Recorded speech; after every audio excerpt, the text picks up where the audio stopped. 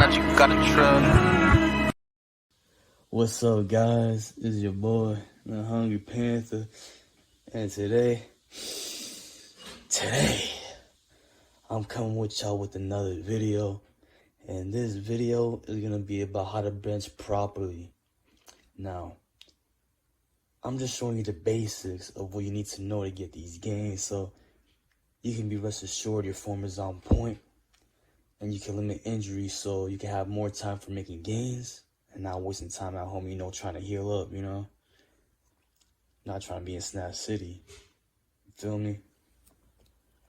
So, to start, you want to begin with an arch. Now, for me, I like to dig my traps into the bench by bringing my feet on the bench, which helps me get, more tighter and get more leg drive, which translates into pushing more weight, because if the more tighter you are, the more efficient you could put all that energy into pushing the weight.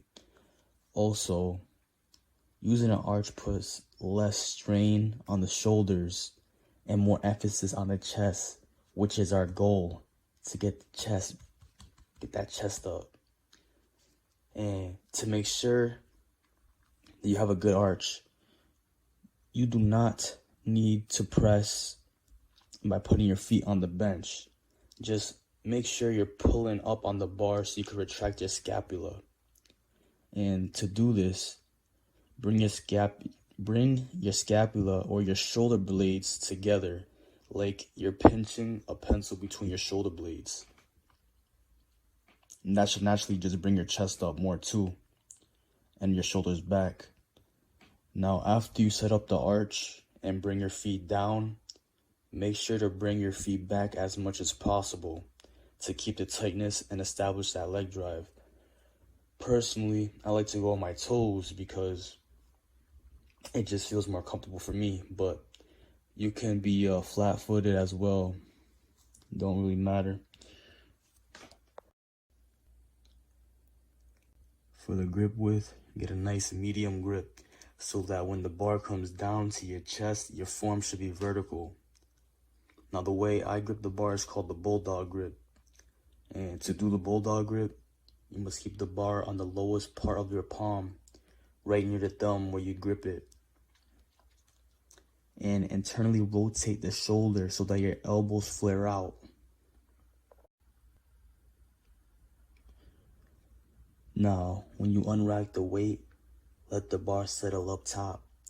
Don't just crash the weight down immediately to your chest. And when you do let it settle, lower the bar until you touch the chest below the nipple line.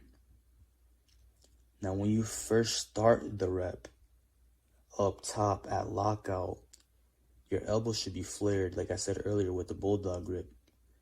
But as you go down, your elbow should tuck in.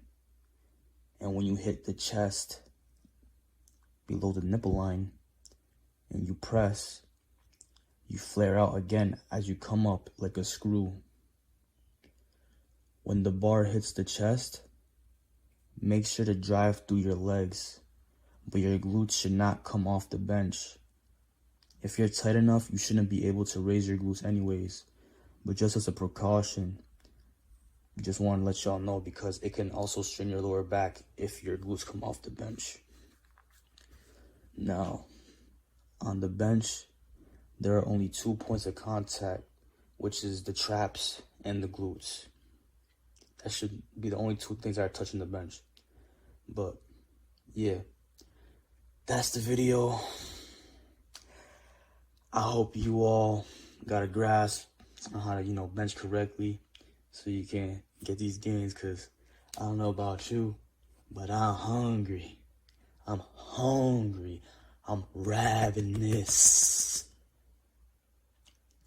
to get these gains and get as much as I can so I could be my best self.